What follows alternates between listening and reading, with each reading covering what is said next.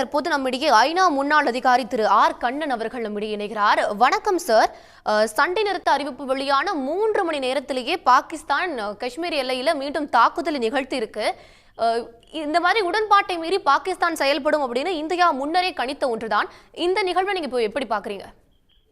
நாம இதை வேகமா பார்க்க வேண்டிய அவசியம் இல்லைம்மா. அதாவது ஒரு சீஸ்ஃபயர் ஹோல்ட் ஆகிறதுக்கு கொஞ்சம் நேரம் ஆகும். இந்த மாதிரி சீஸ்ஃபயர் 5 மணிக்கு அமலுக்கு வந்தாலும் கூட இந்த மாதிரி சில நிகழ்வுகள் பல இடங்களில் நடந்திருக்கின்றன. அதனால இதை நம்ம பெருசுபடுத்த வேண்டிய அவசியம் இல்லை. இது சரி பண்ணிடுவாங்கன்னு தான் நான் நினைக்கிறேன். திங்கள் அன்னைக்கு நடக்கக்கூடிய கூட்டம் ஒரு மிக பெரிய சந்திப்பு. அந்த சந்திப்பில் இந்த மாதிரி குறைகள் எல்லாம் நிவர்த்தி செய்யப்படும் என்று எண்ணுகிறேன். இந்த 2 நாடுகளுமே போர் நிறுத்த ஒப்பந்தத்தில் மிகுந்த நாட்டம் கொண்ட நாடுகளாக இருக்கின்றன. அதனால அதற்கு எந்த பங்கமும் வராமல் பார்த்துக் கொள்வார்கள் என்பது என்னுடைய எண்ணம். நிச்சயமா சார். அடுத்த கட்ட பேச்சுவார்த்தை நாளை மறுநாள் நடைபெற இருக்கு.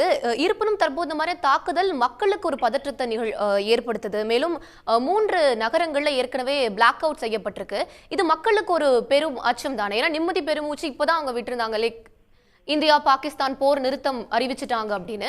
இதை பற்றி உங்களோட கருத்து சார்? இல்ல, மக்களுக்கு இது பீதியை தரும், அதில் ஒன்றும் சந்தேகம் இல்லை. நான் சொன்னபடி இந்த போர் நிறுத்த ஒப்பந்தம் உறுதியாகிற வரை, அதாவது களத்தில் இது செயல்படுத்தப்படும் வரை மக்கள் தங்களுடைய உயிரை கையில் பிடித்துக் கொண்டுதான் இருக்க வேண்டும்.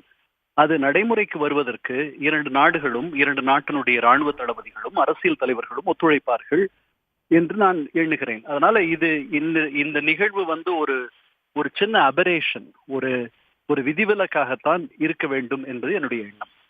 இது விதிவிலக்காக இருக்க வேண்டும் அப்படின்னா நம்மளுடைய நம்பிக்கையாகவும் இருக்கு. இப்போ இந்தியா தரப்புல என்ன மாதிரியான நடவடிக்கைகள்ல இப்போ ஈடுபடணும் நீங்க நினைக்கிறீங்க சார்? ராணுவம் தயார் நிலையில இருக்கு. ராணுவம் தயார் நிலையில் இருக்கு. இந்த அத்துமீறல் யார் செய்திருக்கிறார்கள் என்பதை இந்திய ராணுவ தலைமை, இந்திய ராணுவம்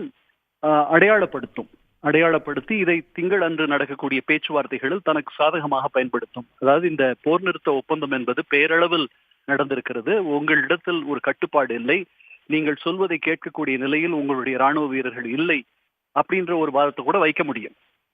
அதனால இத நாளைக்கு பொழுது புலர்ந்த பிறகுதான் நமக்கு இன்னும் செய்திகள் வரும். அதுவரை நாம் காத்திருக்க வேண்டும். இந்திய ராணுவம் இதை தனக்கு சாதகமாக பேச்சுவார்த்தைகளில் பயன்படுத்துவதற்கு நிறைய வாய்ப்புகள் இருக்கு. நிச்சயமா சார். இணைப்பில் உங்களுடைய கருத்துக்களை எங்களுடன் பகிர்ந்து கொண்டமைக்கு நன்றி சார். நன்றி. போர் நிறுத்த உடன்பாடு ஏற்பட்டு 3 மணி நேரத்திலேயே தற்போது பாகிஸ்தான் மீண்டும் தாக்குதல் நிகழ்த்தியிருக்கக்கூடிய அதிர்ச்சி தகவல் வெளியாகி இருக்கிறது.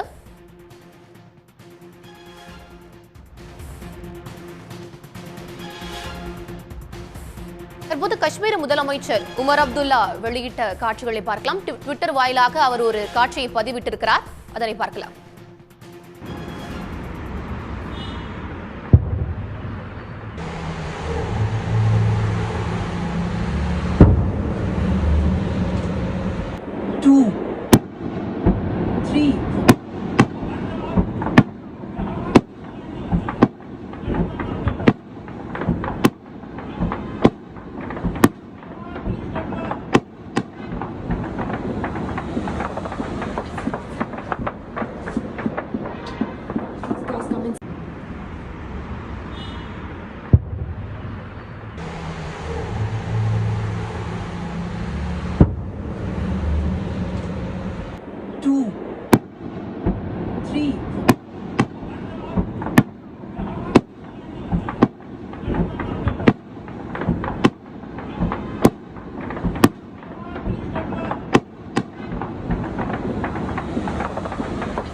உடனுக்குடன் செய்திகளை தெரிந்து கொள்ள சன் நியூஸ் பெல் ஐகானை கிளிக் பண்ணுங்க.